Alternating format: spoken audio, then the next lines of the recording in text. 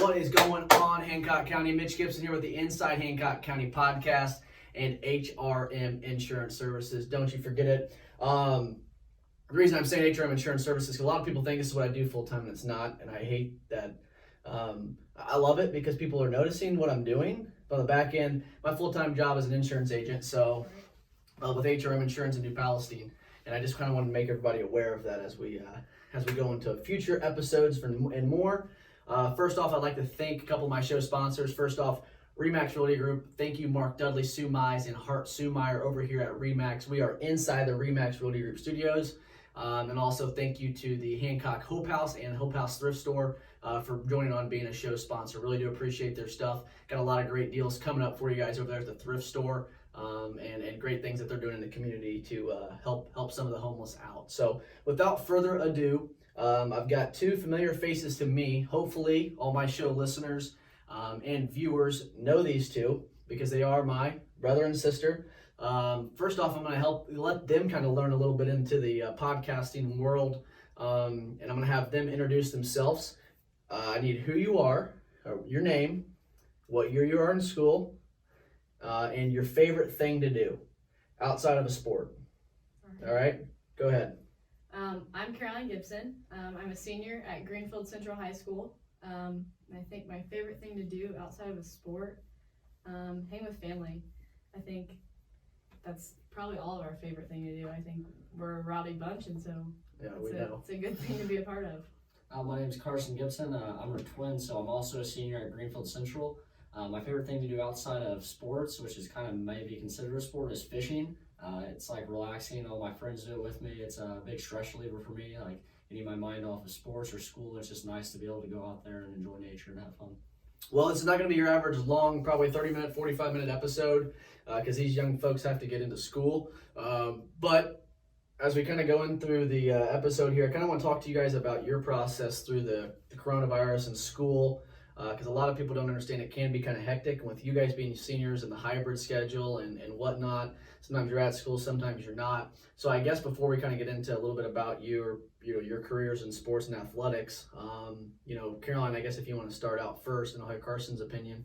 So when the pandemic happened and we went from school shut down completely, a lot of people not being able to play their spring sports, kind of take us through that process of how everybody reacted to it and, where you guys are now and how you're going through your schedules. I think at first, everyone probably thought it was like an overreaction of like, why are we canceling sports? But no one really knew at the time what was happening, what was going on. So for me, I was mad that like softball got canceled. Like it genuinely like made me mad because like it was just a little cold virus or what, we didn't know what it was. And so I think for me, I was upset that softball was canceled. But then as like this has progressed, like we know that it's serious. Cases keep growing, and so I get it, I understand, and so being home and like sports being canceled was the best thing for us. Absolutely. Carson, same thing with you. I mean, what's you guys, with her being a female, things get kind of perceived different. Males see things as, we kind of have that masculine, who cares mentality. But obviously we've seen the pandemic of where it's at now. How's that affected, athletics at Greenfield for you guys? You missed a spring sport as well. You had senior friends, like really good baseball friends that missed their senior year of sports.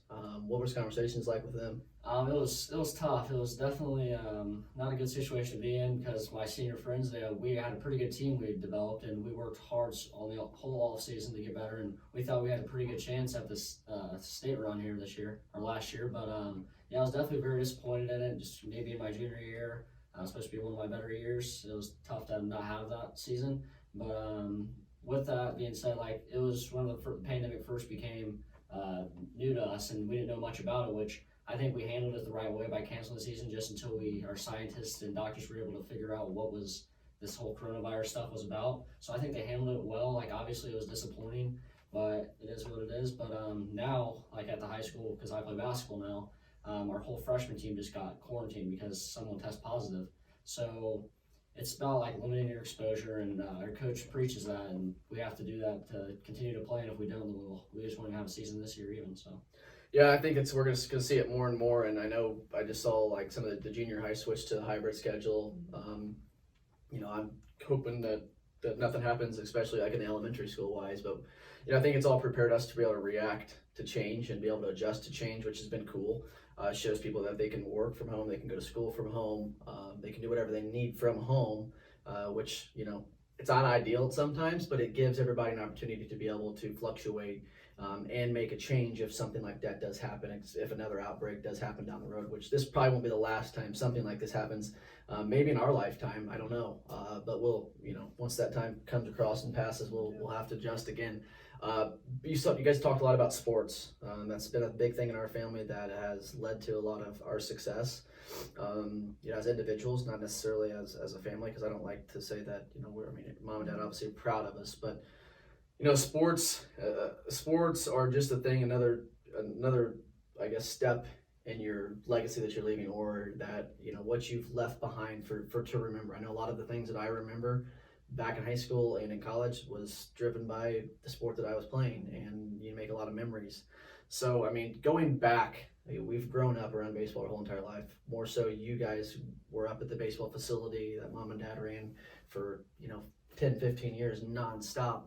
Rewind, Caroline, on your aspect of it, kind of bring us up to par, no pun intended with the golfing. Bring us up to par from your growing up sports to what you thought you were going to do in college to the amazing state runs you've made the last couple of years.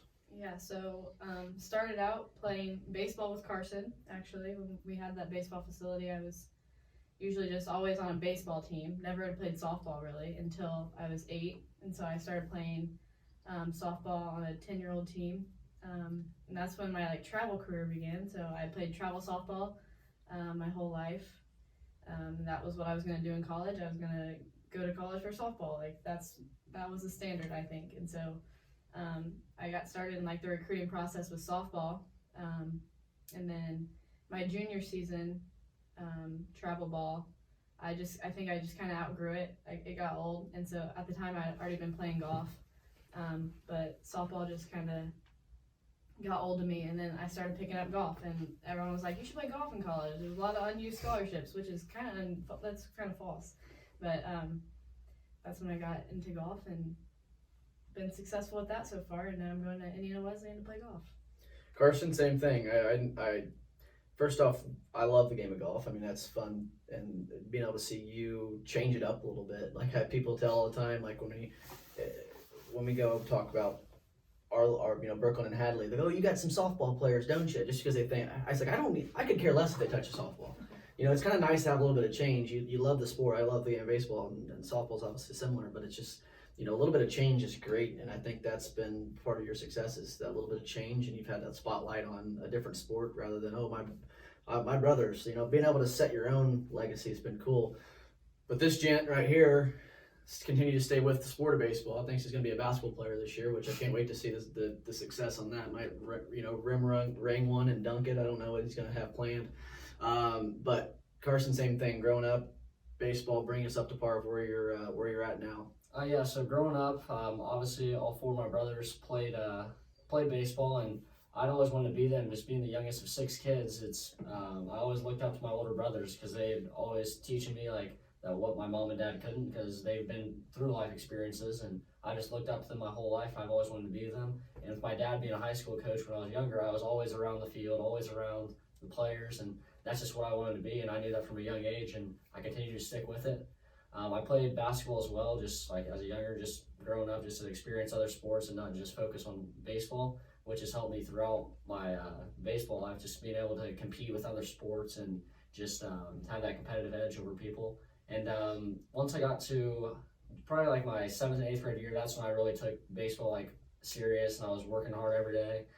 Played on a very good summer baseball team, the Indiana Nitro.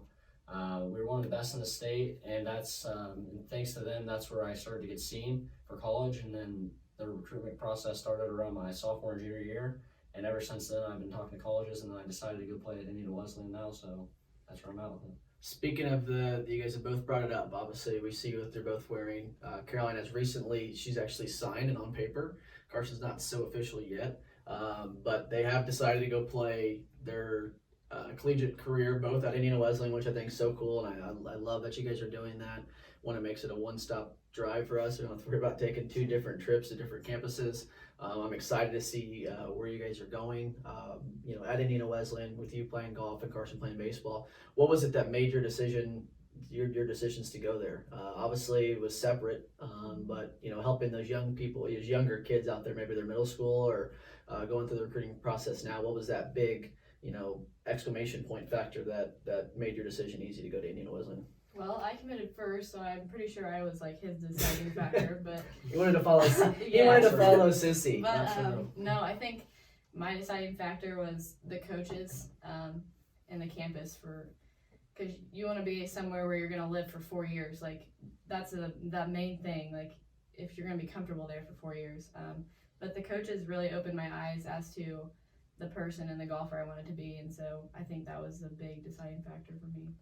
Well, Caroline says that I made the decision because she made it, but that's not true because she wasn't going to go there. And I took a visit the following week, and that changed her mind dramatically. So I don't know what she's trying to say there, but I was close to committing to Taylor University, which is in their conference, which are very good rivals. And then the following week after her state tournament, the head baseball coach at Indiana Wesleyan, Coach Benjamin, called me up and wanted me to come up for a visit over the weekend, and I did that, and didn't know what to really expect. My mom and Caroline went on a visit there the week before, and they said it was a really good place to go and check out. And so I went up there on the weekend, met Coach Benjamin. There wasn't many students on campus, so I didn't really experience that aspect of it. But as soon as I sat down with Coach and started talking to him about baseball and the culture there, I just knew that was the right place to be. He was very, very faith-driven and just a great guy, and I knew from that point on that that's where I belonged and that's where I needed to be. Perfect.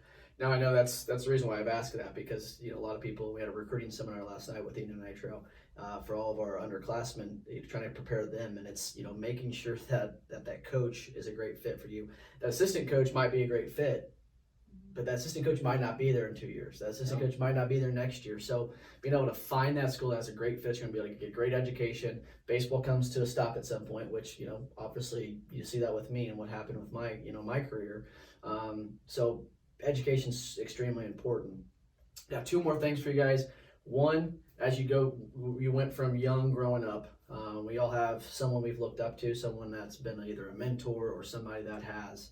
Whether that's a coach, whether that's a family member, whether that was a pastor or whoever it may be, whatever it is, someone that you go back and look at your career and look where you were at as a young kid to now, someone that motivated you or someone that's pushed you. I mean, do either one of you? Let's try to stay clear of family members here, okay? Because I coach Carson. I've coached Carson forever now. So I don't want him to, even though I've been his best coach, best things ever happened to him on the baseball side of things, I don't want to hear it. So somebody, was there a special someone that you've always looked up to that you've that's helped you kind of push through where you're at? It might be a couple people. I think all my coaches probably, but my swing coach Chuck Helms out at Maple Creek, he opened my eyes as to just the game of golf is like you can look at it different ways, and so but Chuck's had a lot of success with his kids, and so I looked up to like what he's been teaching me with my golf swing and just in general in life. So. Gotcha. Carson, anybody?